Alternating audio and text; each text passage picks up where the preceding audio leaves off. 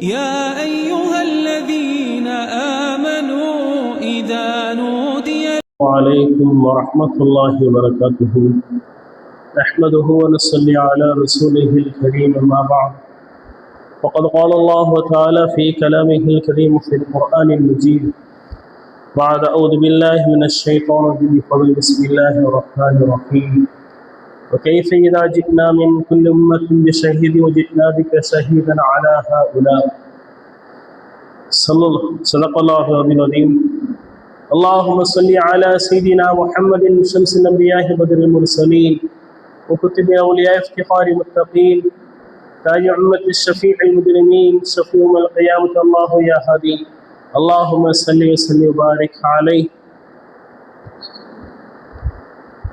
புகழ் அனைத்தும் அல்லாஹ் ஒருவனுக்கு உண்டாவதாக. அவனது அருளும் அன்பும் எம்பெருமானார் ரசூலை கரீம் ஸல்லல்லாஹு அலைஹி வஸல்லம் அவர்கள் மீதும் அன்னாரிசுவற்றை பின்பற்றி வாழ்ந்து கொண்டிருக்கின்ற வாழைக்கும் அனைவர்கள் மீதும் அல்லாஹ்வின் அருளும் அன்பும் என்றென்று உண்டாவதாக. அமீன்.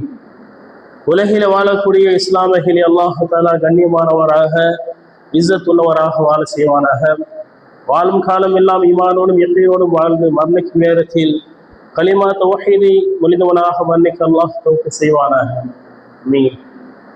அன்பு குறித்தான அல்லாஹ் நல்லடியார்களே, இன்று தமிழக மக்களுக்கு மத்தியிலே மனங்களில் சில குழப்பங்களும் சில சந்தேகங்களும் நிகழ்ந்திருக்கிறது.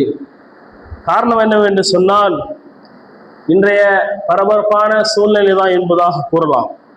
என்ன என்பதாக சிந்தித்தால், 2026 தமிழகத்தினுடைய சட்டமன்ற தேர்தல் தான். வரும் 23ஆம் தேதி தேர்தல் நடக்க இருக்கிறது. அதை நினைத்து தமிழகத்தினுடைய மக்கள் அனைவரும் நிலைப்பாடு என்பதாக சிந்தித்தால், சிலர் அதை நினைத்து குழப்பமடைந்தவராகவும் சிலர்கள் அதை நினைத்து சந்தேகத்துக்குரியதாக இருந்து கொண்டிருக்கிறார்கள்.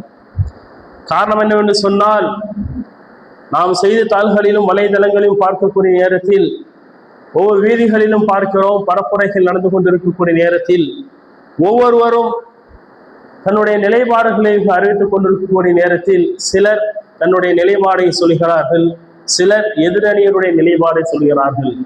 நான் இவ்வாறு செய்தேன் என்பதாக சிலர் அறிக்கக்கூடிய நேரத்தில், இவர்கள் இதை செய்தார் என்பதாக தான் செய்யக்கூடிய செயல்பாடுகள் எல்லாம் நல்லதாகவும் பிறர் செய்யக்கூடியது என்பதெல்லாம் தீமையாகவும் சித்தரித்தவர்கள் பேசக்கூடிய நேரத்தில், அதையெல்லாம் கேட்கக்கூடிய தமிழக மக்கள் மனங்களோடு எப்படி இருக்கிறது என்று சொன்னால், இன்றைய நேரத்தில் எவர்களுக்கு நம்முடைய வாக்கை செலுத்துவது என்பதாக மனங்களில் குழப்பங்களோடு சந்தேகம் தான் இன்றைய தமிழக மக்களுடைய மனங்களில் இருந்து கொண்டிருக்கிறது.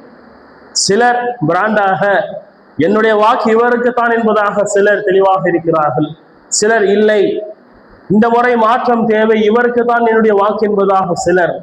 இன்னும் சிலர் இல்லை, இவருக்கு என்னுடைய வாக்கை செலுத்தினால் தமிழகத்தினுடைய தலைகீழாக மாற்றமைக்கக்கூடிய ஒரு ஆட்சி உள்ள வந்துவிடும். எனவே இந்த முறை வாக்கை நான் இவருக்கு செலுத்த என்பதாக ஒவ்வொருவரும் தன்னுடைய நிலைப்பாடுகளை பல வண்ணமாக சிந்தித்து கொண்டிருக்கக்கூடிய நேரத்தில், இதற்கான தெளிவுகளையும் இதற்கான சரியான முடிவுகளையும் இன்றைய ஜும்மா மேடைகளை நாம் தெரிந்து கொள்ள வேண்டும். ஜும்மா மேடை என்பது அரசியல் பேசுவதற்குறான மேடையில் மாறாக சந்தேகங்களையும் தெளிவையும் தரக்கூடிய மேடையாக அல்லாஹ் தஆலா இந்த ஜும்மாவுடைய மேடையை ஆக்கியிருக்கிறார்.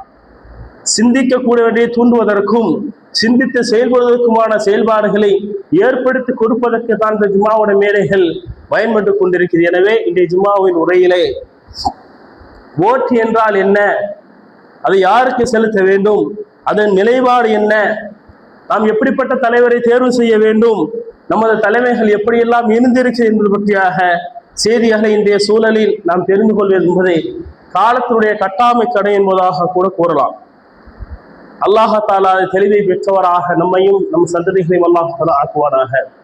அன்பானவர்களே, முதலாவதாக ஏன் ஓட்டு போட வேண்டும், ஏன் ஓட்டு போட வேண்டும் என்பது பற்றியான செய்திகளை தெரிந்து கொள்ள வேண்டும். இந்த ஜனநாயகத்தினுடைய ஒவ்வொருவருடைய குடிமக்களுடைய அடிப்படை உரிமையாக ஒன்று இருக்கிறது என்று சொன்னால் அது வாக்குரிமை மட்டும்தான். நான் நாட்டினுடைய குடிமக்களாக இருக்கிறேன் என்பதை நிரூபிக்கக்கூடிய ஒன்று நம்ம இடத்துல ஒன்று இருக்கிறது என்பதாக நாம் சிந்தித்தால் அது இந்த வாக்கு என்று சொல்லக்கூடிய ஒன்று மட்டும்தான். இது 5 ஆண்டுக்கு ஒரு முறை நம்மை அடையக்கூடிய நேரத்தில் அதை சரியாக பயன்படுத்த வேண்டும். அந்த ஓட்டு போடுவதன் மூலமாகத்தான் ஜனநாயகத்தில் நான் இருக்கிறேன் என்பதை சமூக மக்களுக்கும் தமிழக மக்களுக்கும், ஏன் நமக்கும், நான் இந்திய நாட்டை சார்ந்தவன், தமிழ்நாட்டினுடைய நான் இருக்கிறேன் என்பதை, ஜனநாயகத்தின் உரிமை எனக்கு இருக்கிறது என்பதை வெளிப்படுத்துவதற்கு ஒரு அங்கமாக திகழ்வது என்பது இந்த ஓட்டு உரிமை தான். எனவே ஓட்டை நாம் சரியான முறையில் செலுத்த வேண்டும்.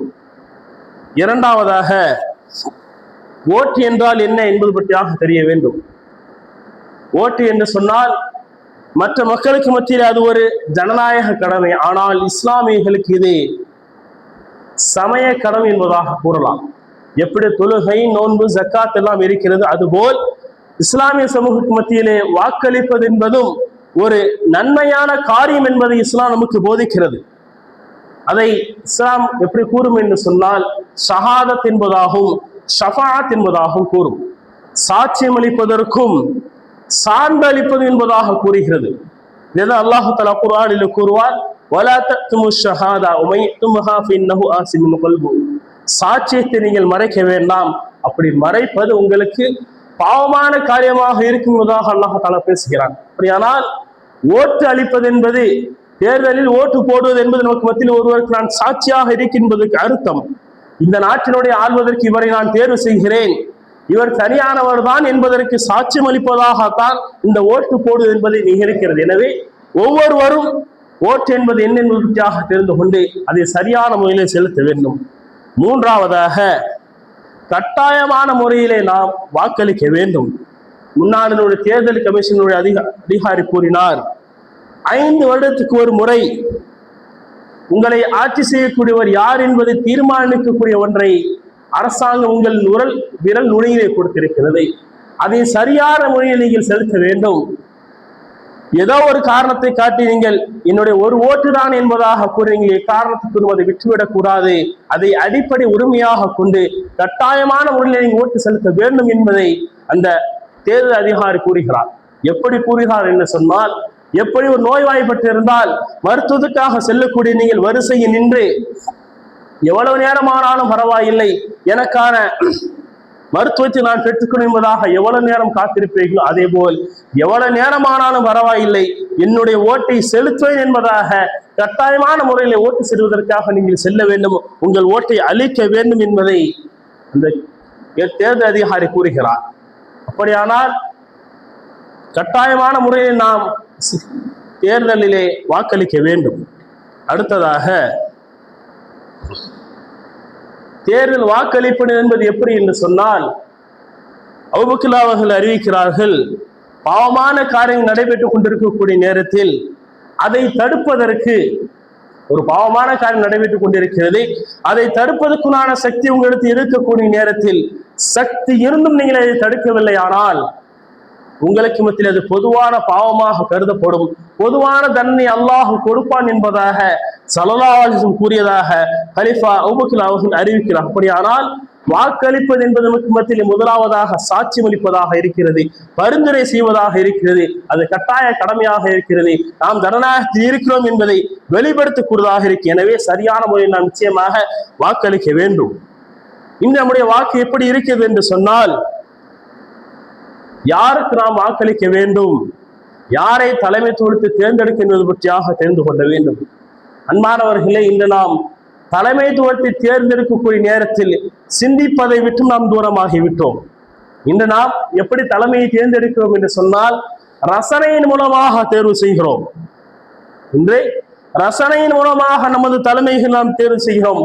குறிப்பாக சொல்வதாக இருந்தால் இளைய சமுதாயத்தை கூறுவேன், கேள்விப்படுவதை எல்லாம், பார்ப்பதை எல்லாம், கேட்பதை எல்லாம் நம்பி அவருக்கு பின் செல்லக்கூடிய சமூகம், அவர் எப்படிப்பட்டவர் என்பதை பற்றியான செய்திகளை இஸ்லாமிய சமூகம், குறிப்பாக இஸ்லாமிய சமூக இளைஞர்கள் சிந்திப்பதே என்பதாக கூறலாம். அவருடைய வாழ்வு என்ன, அவர் எப்படிப்பட்ட வாழ்வு வாழ்கிறார், அவர் எப்படிப்பட்ட சிந்தனையில் இருக்கிறார் என்பது பற்றியாக அவர்கள் சிந்திப்பதே இல்லை. உதாரணமாக சொல்வதாக இருந்தால், நீங்கள் ஸல்லல்லாஹு அலைஹி வஸல்லம் எடுத்துக்கொள்ளலாம். கேள்விப்பட்டது ஒன்று, வாழ்க்கை ஒன்று என்பதாக இருக்குமானால் நிச்சயமாக இல்லை. எதை நாம் படிக்கிறோமோ, எதை நாம் பார்க்கிறோமோ, அதுதான் ஸல்லல்லாஹு அலைஹி வஸல்லம் வாழ்வாக இருக்கும். அப்படியாக இன்றைய சமூகத்துடைய நாம் ஏற்றிருக்கக்கூடிய தலைவர்களுடைய நிலை இருக்கிறதா என்பதாக சிந்தித்தால் நிச்சயமாக இல்லை. அல்லாஹ் தஆலா ஸல்லல்லாஹு அலைஹி வஸல்லம் குர்ஆனில் கூறும்போது கூறுவான், ஃபபிமா ரஹ்மத்தின் மினல்லாஹி லின்த லஹும், அவர் கனிவானவராக மென்மையான தன்மையுடையவராக அவர் நடந்து கொண்டார் என்பதாக அல்லாஹ் கூறிவிட்டு அடுத்ததாக கூறுவான், வலவ் குன்த ஃபல்லல் கலீலல் கல்பி லன்ஃபது மின் ஹவ்லிக், அவர் மட்டும் கடுகடுப்பானவராக மென்மை தன்மை கொண்டவராக இல்லை என்று சொன்னால், கடுகடுப்பான தன்மை கொண்டவராக இருந்தால் நிச்சயமாக அவரை விட்டு மக்கள் விரண்டு ஓடிப்பாய் என்பதாக அல்லாஹ் தஆலா குர்ஆனில் பேசுகிறான். அப்படியானால் அந்த தன்மையுடையவராக அவர் இருந்தார், எந்த நேரத்திலும் சரி அல்லாஹ் தஆலா அவர் சான்றளித்து மரணிக்கும் வரை அல்லாஹ் எந்த தன்மையை கொடுத்திருந்தானோ அந்த தன்மையுடையவராக உலகில் வாழ்ந்தார் என்பதாக அல்லாஹ் குர்ஆனில் கூறுகிறான். உதாரணமாக சம்பவத்தை கூற முடியும். ஒரு போருக்காக வேண்டி அணிவகுத்து சஹாபாக்கள் நின்று கொண்டிருக்கக்கூடிய நேரத்தில் ஒரு சஹாபி மற்றும் முன்னே நிற்கிறார், அணியை விட்டு முன் நிற்கிறார். அதை சரி செய்வதற்காக ஸல்லல்லாஹு அலைஹி வஸல்லம் தன்னுடைய வாளை எடுத்து அவரை சரி செய்யக்கூடிய நேரத்தில் அவருடைய வாள் லேசாக குத்தப்பட்டு விடுகிறது. அதை உணர்ந்த சஹாபி, இதற்கு நான் பழிவாங்க என்பதாக ஸல்லல்லாஹு அலைஹி வஸல்லம் கேட்கிறார். நீங்கள் குத்தியது எனக்கு வலி ஏற்படுத்தி விட்டது, நானும் இதற்கு பழிவாங்க என்பதாக கேட்கும் போது ஸல்லல்லாஹு அலைஹி வஸல்லம் அனுமதி கொடுத்த பின்பதாக அந்த சஹாபி ஸல்லல்லாஹு அலைஹி வஸல்லம் அனைத்து குற்றம் கொடுத்தார். எப்படிப்பட்ட நேரம் என்பதை நாம் சிந்தித்து பார்க்க வேண்டும். போர்க்களம் நடப்பதற்கு அணிவகுத்துக் கொண்டு நிற்கக்கூடிய நேரம், அந்த நேரத்திலும் சரி ஒருவர் கண்ணியமானவராக இரக்கமாக இருக்கிறார் என்று சொன்னால் அல்லாஹ் தஆலா அவர்கள் சான்றளித்திருக்கிறான். அவர் பிறந்ததிலிருந்து இறக்கும் வரை அந்த தர்மத்தில் அந்த சிந்தனையில் அந்த தன்மையில் இருந்தார். ஆனால் இன்றைய தலைவராக நாம் யாரை தேர்வு செய்கிறோம், அவர்கள் அந்த நிலை இருப்பார்கள் என்பதாக சிந்தித்தால் நாம் நினைப்பதை விட்டு தூரமானவராக இருப்பார். பணத்திற்காக நீ எதையும் செய்யக்கூடியவராக, ஒருவருக்கு எதிரியாக, ஒரு சமூகத்தை எதிர்த்து ஒரு சமூகத்தை தீவிரமாக சித்தரித்து நடிக்கக்கூடிய நடிகர்களுக்கு பின் இளைய சமுதாயம் சென்று கொண்டிருக்கிறது, நாம் கண்கூடாக பார்த்து கொண்டிருக்கிறோம்.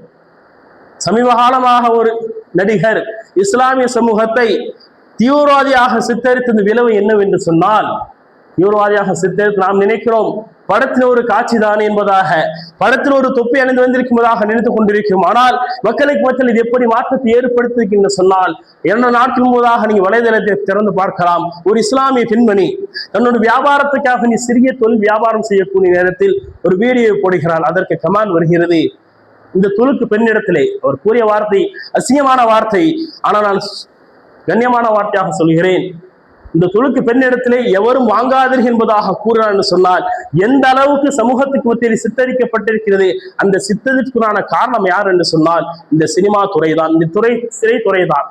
அப்படி சிறைத்துறையில் இஸ்லாமிய சமூகத்தை முழுவதுமாக சித்தரித்து தீவிரவாதிகளாக சித்தரித்து காட்டக்கூடிய சமூகத்திற்கு பின் இஸ்லாமிய சமூகம், குறிப்பாக இளைய சமுதாயம் செல்வி என்று சொன்னமாகவே சற்று சிந்தித்து பார்க்க வேண்டும். நாம் தேர்ந்தெடுக்கக்கூடிய தலைமை எப்படி இருக்க வேண்டும் என்று சொன்னால், எந்த சிந்தனையில் பொது வாழ்க்கையில் அவர் எப்படி இருக்கிறாரோ அதே வாழ்க்கையில் தான் முழுவதுமாக இருக்க வேண்டும். இவர் இந்த தன்மையுடையவராக நாம் பார்க்கிறோமானால், ஒரு ரசனையாக நாம் அவரை பார்க்கிறோமா, அந்த ரசனை உடையவராக காலம் முழுக்க அவர் இருக்க வேண்டும். அப்படி இருக்கிறார் என்று சொன்னால் நிச்சயமாக இல்லை. பணத்திற்காக வேண்டி ஒரு சாராரை அடித்து துரத்துவதற்கும், ஒரு சாராரை கேவலப்படுத்துவதற்கும், சமூகத்துக்கு மத்தியில் இழிவான பார்வைக்கும் சித்தரிப்பதற்கும் காரணமாக அமைந்திருக்கிறார் என்று சொன்னால் அவரை தலைவராக ஏற்றுக்கக்கூடிய இளைய சமுதாயத்தை நாம் எவ்வாறாக கூற வேண்டும்? ஒற்றை வருவையில் கூறுவதாக இருந்தால் ஆட்டு மந்தையை போல் என்பதாகத்தான் கூற வேண்டும். ஒரு ரசனையை அவரை பின்பற்றி சமூகம் செல்லுகிறது. எப்படி செல்லுகிறது சொன்னால் ஆட்டு மந்தையை போல். இதற்கு உதாரணமாக சொல்வதாக இருந்தால், துருக்கியிலே 2005ஆம் ஆண்டு ஆயிரக்கணக்கான ஆடுகள் மேய்ந்து கொண்டிருக்கிறது. அதில் ஒரு ஆடு மட்டும் தனியாக சென்று ஒரு மலையிலிருந்து இன்னொரு மலைக்கு தாவுகிறது. இடைப்பட்ட தூரம் அதிகமாக இருந்ததின் காரணமாக அந்த ஆடு மலைக்கு நடுவு கீழே விழுந்து இறந்து விடுகிறது. பின்பதாக மேய்ந்து கொண்டிருந்த 1000 ஆடுகளும் பின்னாடி சென்று விழுந்து இறந்து விடுகிறது. இப்படித்தான் இளைய சமுதாயம் இருக்கிறது. ஒருவன் செல்கிறான், ஆனால் இதற்கு செல்கிறான். ஏன் செல்கிறான்? அவர் ஏற்றுக்கக்கூடிய தலைவர் என்ன, அவர் பாதையில் என்பதாக எதையும் சிந்திக்காமல் பின்னாடி செல்லக்கூடிய சமூகம் அதை ஏற்று சென்று முழுவதுமாக அடிபட்டவராக, முழுவதுமாக தன்னுடைய வாழ்வை சீரழித்ததாக இஸ்லாமிய சமூக இளைஞர்களும் சென்று கொண்டிருக்க என்பதை நம்மால் பார்க்க. அப்படியான என்பார்களே, நாம் யாரை தேர்வு செய்கிறோம் என்பதை சற்று சிந்தித்து பார்க்க வேண்டும். அவருடைய உலக வாழ்க்கை இப்படி இருக்கிறது, திரை உலகில் அவர் வாழ்க்கை எப்படி இருக்கு என்பது சிந்திக்கக்கூடியவர்கள் முழு வாழ்க்கையும் அவர் எப்படி வாழ்க என்பதை சிந்திக்க வேண்டும். ஒருபடியான வாழ்க்கை அவர் வாழ வேண்டும். மக்களை அவர் நல்லவராக பார்க்கிறார், நல்லவர் குணத்திலே அவர் முழுவதுமாக பார்க்க வேண்டும். பணத்திற்காக நான் இப்படி பார்ப்பேன் என்பதாக சொன்னாரானால் அவரை விட்டு நாம் தூரமானதாக நிச்சயமாக ஆகவேன். அப்படியானால் நாம் தேர்ந்தெடுக்கக்கூடிய தலைவர்கள் ரசனைக்குரியவராக இருக்கக்கூடாது, மாறாக செயலுக்குரியவராக இருக்க வேண்டும். ஸல்லல்லாஹு அலைஹி வஸல்லம் எப்படி பிறந்ததிலிருந்து இறக்கும் வரை எந்த தன்மையுடையவராகவே இருந்து வளர்ந்து இறந்தார்களோ அந்த தன்மையுடையவராக இருப்பவரை தான் நாம் தலைவராக தேர்வு செய்ய வேண்டும். அடுத்ததாக அல்லாஹ் தஆலா தான் ஒருவருக்கு ஆட்சி கொடுக்கிறான். அல்லாஹ் தஆலா தான் ஒருவருக்கு ஆட்சி கொடுக்கிறான். அல்லாஹ் குர்ஆனில் கூறுவான், குல் இல்லாஹும்ம மாலிகல் முல்கி துக்தில் முல்க மன் தஷா வ தன்ஸிஉல் முல்க மிம்மன் தஷா. அல்லாஹ்வே ஆட்சியாளனாக இருக்கிறான். அவன் நாடியவருக்கு ஆட்சியை கொடுக்கிறான், அவன் நாடியவரை ஆட்சியை விட்டு நீக்குகிறான். அப்படியானால் ஒருவருக்கு அல்லாஹ் தான் ஆட்சி கொடுக்கிறான் என்பதை இந்த வசனத்தின் மீதாக பார்க்கிறோம். இரண்டாவதாக அல்லாஹ் இன்னொரு வசனத்தில் கூறுவான், யா அய்யுஹல்லதீன ஆமனூ அத்தியுல்லாஹ வ அத்தியுர் ரசூல். ஈமான் கொண்டவர்கள் அல்லாஹ் ரசூலுக்கு நீங்கள் கட்டுப்படுங்கள். வ உலில் அம்ரி மின்கும், உங்களில் அதிகாரம் படைத்தவருக்கும் நீங்கள் கட்டுப்படுங்கள். எவருக்கு நான் அதிகாரத்தை கொடுத்திருக்கிறோனோ அவருக்கும் கட்டுப்படுங்கள் என்பதாக அல்லாஹ் தஆலா. அப்படியானால் ஆட்சியை கொடுப்பதும் அவன்தான். அந்த ஆட்சியை கொடுத்தவருக்கு கட்டுப்படுங்கள் என்பதாக அல்லாஹ் குர்ஆனில் கூறுகிறான். கூறிவிட்டு இதற்கான விளக்கத்தை ஸல்லல்லாஹு அலைஹி வஸல்லம் ஒரு ஹதீஸ் நீதியாக தருவார்கள். ஸல்லல்லாஹு அலைஹி வஸல்லம் ஹஜ்ஜத்துல் விதாவில் இருக்கிறார்கள். ஹஜ்ஜத்துல் விதா கடைசி ஹஜ்ஜில் இருக்கக்கூடிய நேரத்தில் மக்களை பார்த்து கடைசி உரையாக கூறியது, யா அய்யுஹன்னாஸ், ஓ மக்கள், இத்தகுல்லாஹ வஅத்திஉ, அல்லாஹை பயந்து கொள்ளுங்கள், வஅத்திஉ நீங்கள் கட்டுப்படுங்கள். இன் அம்மர அலைக்கும் அபுதுன் ஹபஷியுன் உஜத்தஉன், உங்களிடத்திலே அபிசீனிய நாட்டை சார்ந்த ஒருவர், உடல் சிதைந்து போன ஒருவர் உங்களுக்கு தலைவராக நியமிக்கப்பட்டாலும் அவருக்கு நீங்கள் கட்டுப்படுங்கள் என்பதாக ஸல்லல்லாஹு அலைஹி வஸல்லம் கூறினார்கள். அன் அகாம ஃபீக்கும் கிதாப் அல்லாஹ், ஆனா அவர் அல்லாஹ்வின் வேதத்தை உங்களுக்கு நிலைநாட்டினால் அவருக்கு நீங்கள் கட்டுப்பட வேண்டும். இந்த இடத்துல மாறுபட்டது என்னவென்று சொன்னால், அல்லாஹ் தான் ஆட்சியை கொடுக்கிறார். அப்படியானால் ஃபிரௌனுக்கும் அல்லாஹ் தான் ஆட்சி கொடுத்திருக்க வேண்டும். அவனையே மூசா அலைஹிஸ்ஸலாம் அவர்கள் பின்பற்றவில்லை என்று சொன்னால் இந்த ஹதீஸை விளக்கம் வருகிறது. அவர் அல்லாஹின் வழியில் நடக்கவில்லை. அல்லாஹின் வழியில் நடக்கவில்லை என்று சொன்னால் அல்லாஹ் ஆட்சி கொடுத்தவரை பின்பற்ற தேவையில்லை. அல்லாஹ் ஆட்சி கொடுத்தவர் அகாம ஃபீக்கும், அவர் அல்லாஹின் வழியில் நடந்தால் அவரை நாம் பின்பற்ற வேண்டும் என்பதை இஸ்லாம் நமக்கு போதிக்கிற. அப்படியானால் ஒருவரை ஆட்சியாளராக நாம் தேர்வு செய்கிறோம். அவர் ஆட்சிக்கு அமர்ந்தது பின்பதாக அவர் கோட்பாட்டு கீழ் அவர் வாழ்ந்தால், அவர் கோட்பாட்டின் கீழ் அவர் இருந்தார் என்று சொன்னால் அவரை பின்பற்றி நம்முடைய ஆதரவை அவருக்கு கொடுக்க வேண்டும். அப்படி இல்லை, தன்னுடைய கோட்பாட்டின் கீழ் அவர் இல்லை என்று சொன்னால் நம்முடைய ஆதரவுக்கு அவர் கொடுக்க தேவையில்லை என்பதை இஸ்லாம் நமக்கு போதிக்க. அன்பான, அப்படியானால் தலைமை எப்படி இருக்க வேண்டும், எப்படி இருக்கக்கூடாது, தகுதி என்ன என்பது பற்றியாக இஸ்லாம் நமக்கு போதிக்கிறது. முதல் தகுதி என்ன, தலைமையினுடைய முதல் தகுதி என்ன? இது மாறுபட்டதாக இருக்கும். நாம் நினைப்பதை விட மாறுபட்டதாக இருக்கும். நாம் தலைமைக்கு தேர்வு செய்வது என்பதாக இருந்தால் படிப்பு இருக்க வேண்டும், பொது அறிவிக்கு என்பதாக யோசிக்கும். ஆனால் இஸ்லாம் இதுக்கு மாறுபட்டதாக தலைமைக்கான முதல் தகுதி என்னவென்று சொன்னால், முதலாவதாக ஒரு தலைமைக்கு ஆசைப்படாததாக இருக்க வேண்டும். இந்த பொறுப்பு எனக்கு வேண்டும் என்பதை ஆசைப்படாதவரை தான் நீங்கள் தலைமையாக தேர்வு செய்யும் என்பதை இஸ்லாம் நமக்கு போதிக்கிறது. அபுல் மூஸா அல்-அஷ்அரி அவர்கள் ஸல்லல்லாஹு அலைஹி வஸல்லம் வருகிறார்கள். தன்னுடைய சிறிய தந்தையுடன் ஸல்லல்லாஹு அலைஹி வஸல்லம் வந்து கேட்கிறார்கள், உங்களை அல்லாஹ் பொறுப்பாக்கக்கூடிய ஒரு பொறுப்புக்கு எங்களுக்கு தலைமையை தாருங்கள் என்பதாக கேட்கிறார். உங்களை அல்லாஹ் பொறுப்பாக்கி இருக்கக்கூடிய அந்த பொறுப்புக்கு எங்களை ஒரு தலைவர் பொறுப்பாக எங்களுக்கு தாருங்கள் என்பதாக கேட்கும்போது ஸல்லல்லாஹு அலைஹி வஸல்லம் கூறிய வார்த்தை, மக்களுடன் தொடர்பில் இருக்கக்கூடிய பொறுப்பிற்கு எவர் ஆசைப்படுகிறாரோ, எவர் கேட்கிறாரோ அவருக்கு அந்த பொறுப்பை கொடுக்க மாட்டேன் என்பதாக ஸல்லல்லாஹு அலைஹி வஸல்லம் கூறினார். எவர் பொறுப்புக்கு ஆசைப்படுகிறாரோ, எவர் பொறுப்பை கேட்கிறார் அவருக்கு நிச்சயமான முறையிலே கண்டிப்பாக நாம் பொறுப்பை கொடுக்க மாட்டேன் என்பதாக. அப்படியானால் ஆசைப்பட்டு வந்தவர்கள், இந்த பொறுப்பு எனக்கு வேண்டுவதாக ஆசைப்பட்டு வந்தவர்கள் மக்களுக்கான ஆட்சியை செய்ய மாட்டார்கள் என்பதை இஸ்லாம் நமக்கு போதிக்கிறது. இந்த பொறுப்பு எனக்கு வேண்டுவதாக சிந்திக்கக்கூடியவர்கள் எல்லாம் ஆசைப்பட்டு வரக்கூடியவர்கள் மக்களுக்கான ஆட்சியை செய்ய மாட்டார்கள். மாறாக இவர் அமர வேண்டும் என்பதாக மக்கள் போதித்தால் அப்படி வரக்கூடியவர்களுக்கு அல்லாஹ் தஆலா வழிவகுத்து கொடுப்பான், மக்களுக்கான ஆட்சி அவர் செய்வார் என்பதை நாம் பார்க்கிறோம். இதற்கு உதாரணமாக நீங்கள் கலீஃபாக்களை எடுத்துக் கொள்ளலாம். ஸல்லல்லாஹு அலைஹி வஸல்லம் இறக்கக்கூடிய நேரத்தில் அடுத்ததாக யார் என்பதாக தலைமையை ஏற்பது யார் என்பதாக வரும் பொழுது உமர் ரலியல்லாஹு அன்ஹு அபூபக்கர் அவர்களை கை காட்டுகிறார்கள். அபூபக்கர் உமரை கை காட்டினார்கள். தலைமை பொறுப்பு ஏற்பதற்கு யாருமே முன்வரவில்லை. ஏன் என்று சொன்னார்கள், தலைமை பொறுப்புக்கு ஆசைப்பட்டவராக இருக்கவில்லை. அப்படி இருந்தவருக்கு ஸல்லல்லாஹு அலைஹி வஸல்லம் தலைமை பொறுப்பை கொடுத்தாக. அவருடைய ஆட்சி எப்படி இருந்தது என்று சொன்னால், அவர் ஆட்சி இருக்கக்கூடிய நேரத்துக்குரிய வார்த்தை, யா அய்யுஹன் நாஸ் குல் வல்லைது அலைக்கும் வலஸ்து பிகைரிக்கும், உங்களை நான் சிறந்தவன் அல்ல, உங்கள் மீது தலைவனாக நியமிக்கப்பட்டிருக்கக்கூடிய நான் உங்களில் சிறந்தவன் அல்ல. நான் செய்வது சரியாக இருந்தால் நீங்கள் என்னை ஆதரியுங்கள். பின் அரைத்துமூனி அலா பாத்திலன், நான் செய்தது தவறாக இருந்தால் என்னை கண்டிங்கள் என்பதாக கூறினார். தலைமைக்கு ஆசைப்படாதவர்கள் கூறிய வார்த்தை, நான் செய்வது சரியாக இருந்தால் என்னை ஆதரியுங்கள், நான் செய்யக்கூடிய ஆட்சி தவறாக இருந்தால் நீங்கள் கண்டிங்கள் என்பதாக கூறினார். இதற்கும் ஒருபடி மேலாக அடுத்ததாக ஆட்சியில் அமர்ந்த உமராக கூறிய வார்த்தை, மன் அரா ஃபீக்கும் உஜாதன் ஃபல்யுகம்மிஹு, உங்களில் எவரேனும் எனது தவறான ஆட்சியை நான் தவறாக ஆட்சி செய்வதை நீங்கள் பார்த்தால் என்னை திருத்துங்கள் என்பதாக கூறும்போது, உமரின் ஆட்சியில் கீழே இருக்கக்கூடிய ஒரு நபர் என்று கூறுகிறார், வல்லாஹு ரஅய்னா ஃபீக்கும் உஜாதன், உங்களை தவறான ஆட்சியை நாங்கள் கண்டால் என்னுடைய வாளால் திருத்துவன் என்பதாக உமர் அவருக்கு எதிராக ஒரு கூறினார் என்று சொன்னால், அன்பாக சற்று சிந்து பார்க்க வேண்டும். இப்படியாகத்தான் கலீஃபாக்களுடைய ஆட்சி இருந்திருக்கிறது. உமர் எந்த நேரத்திலும் கோபப்பட்டவராக வாளை தூக்குபவர். அவரை பார்த்து ஒருவர் கூறினார், அந்த ஆட்சியில் இருக்கக்கூடியவர்கள் அவருக்கு ஆட்சி கீழ் இருக்கக்கூடிய ஒரு அடிமை கூறினார் என்று சொன்னால், உங்களுடைய ஆட்சி கோணலாக இருந்ததை நாங்கள் பார்த்தால் எங்களுடைய வாளால் நான் திருத்துவேன் என்று சொன்னால் எந்த அளவுக்கு அவர்களுடைய ஆட்சி இருந்திருக்கு என்பதை நாம் சற்று அப்படியாக கலீஃபாவுடைய ஆட்சி எல்லாம் அவர்கள் அப்படி அமைத்ததற்கான காரணம், அவர்கள் அல்லாஹ்விற்கு பயந்து ஆட்சி செய்தார்கள். அது மட்டுமல்ல, அந்த பதவிக்கு அவர்கள் ஆசைப்பட்டு வரவில்லை. ஆசைப்பட்டு வராதவர்கள் தான் மக்களுக்கு மத்தியில் அவர்கள் நீதியாகவும் நேர்மையாகவும் நடப்பார்கள். அப்படியானால் அப்படிப்பட்ட ஆட்சியாளரை நாம் தேர்வு செய்ய வேண்டும். இன்று நாம் அப்படி ஆட்சியாளரை தேர்வு செய்திருக்கும் என்பதாக சிந்தித்தால் நிச்சயமாக இல்லை என்பதாகத்தான் கூற வேண்டும். எனவே நாம் தேர்ந்தெடுக்கக்கூடிய ஆட்சியாளர்கள் இஸ்லாமிய அடிப்படையில் அடுத்ததாக எப்படி இருக்க வேண்டும் என்று சொன்னால், அவர் மக்களோடு மக்களாக இருக்க வேண்டும். முதலாவதாக தலைமைக்கு ஆசைப்படாததாக இருக்க வேண்டும். இரண்டாவதாக மக்களோடு மக்களாக அவர் கலந்து இருக்க வேண்டும். உதாரணமாக ஸல்லல்லாஹு அலைஹி வஸல்லம் பார்ப்பதற்காக ஒரு சஹாபி ஓடி வருகிறார். ஓடி வந்து ஸல்லல்லாஹு அலைஹி வஸல்லம் நின்று ஒன்று சொல்வதற்கு முன் அவர் மூச்சு வாங்குகிறது, இழைத்துக் கொண்டு இருக்கிறது.